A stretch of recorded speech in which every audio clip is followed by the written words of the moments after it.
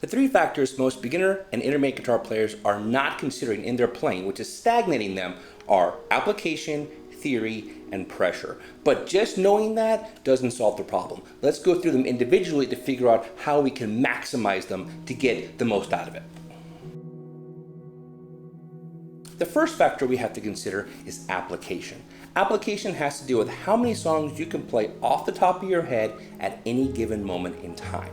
The reason why this is important is because the more songs you have memorized in that fashion, the more your brain is pulling from when it's playing any of those songs. If you're just playing a song, reading it as you're going, your brain's not going to be pulling from it. It's just communicating. So how many things do you read per day that you don't have memorized? You're not supposed to memorize them. You're just trying to read it so you can understand what's happening and then move along with your day. But when you have something memorized, it's influencing your brain. Your brain is going to be analyzing it constantly to figure out if it can apply it anywhere else. If you have tons of songs memorized, your brain can start applying those other songs into the song that you are playing. Now, when I was in high school, I took a lot of advantage of this because I knew tons and tons of songs. I was the best guitar player that I knew. And you could name any rock song at that particular moment in time and I could probably play it. Now, we also did a lot of pop stuff too. So that influenced my playing. I knew what to do. But I'm going to suggest that it's not the best way of handling things. It's what I call boomer guitar playing, right? Just because you know tons of songs does mean that you actually know what it is that you're doing. I want you to think of how many phrases that you memorize while learning a foreign language and you still can't speak the language. Just because you can regurgitate something doesn't mean you actually understand it. And this is an important detail because that affected my next level of guitar playing. So when I went to the Atlanta Institute of Music, I thought I was going to be top dog, and I was the worst guitar player there by far. And the reason why was because those other dudes were taking lessons. But they weren't just taking lessons to learn songs. The teachers were actually explaining what the songs were doing. So they would play a song like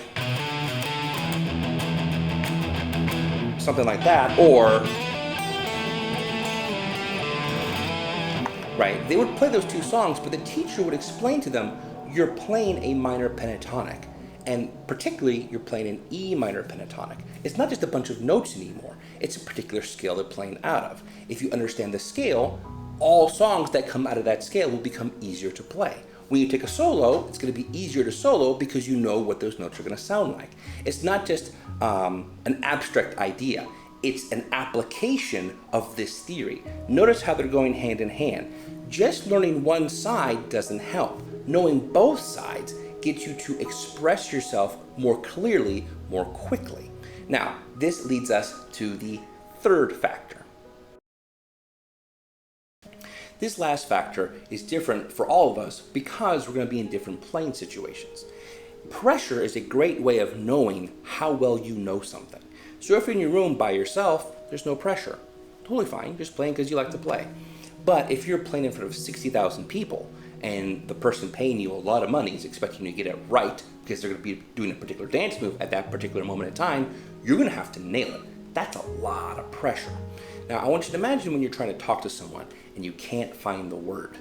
That's what the pressure is doing. You're putting too much pressure and now your brain starts to become discombobulated. You know the word, but it's just not coming out.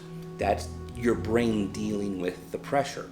So how in the world can we use all of these factors to our advantage? Maximizing only one of those factors is going to limit how well you can play. Just because you know a whole bunch of songs doesn't mean you actually play guitar that well. It's like memorizing a bunch of sentences in a language. Doesn't mean you actually speak the language. How many years have people taken in a foreign language memorizing tons of grocery lists and they still can't speak the language? You actually have to understand. But how many people do you know who theoretically can speak the language, but you drop them off in a country that speaks their target language and they can't get around because they had no application? They go hand in hand. But being able to speak under pressure is also a big factor too, because people actually have to understand you, right? If you're playing by yourself in your room, okay, that's fine, and maybe create your own pressure. But a lot of us want to play because we want to communicate to other people. Okay, because we like this song, we want them to like it too. That means you're going to have to play under pressure. That pressure is making sure that you know the theory and the application. So how do we maximize that? Let's say you learn a song. Can you play that song in any key? Do you know how those chords are interacting with each other? Do you know how the riff is being played and how you can manipulate that in another situation? Maximize all of it as you're going, so that way you can raise your level of guitar playing. Don't just think about one thing. Learn all of them and apply all of them. All right, any questions, concerns, comments, or death threats? Leave them in the comment section below. Like and subscribe if you want more stuff like this, and hopefully, I'll see you next time.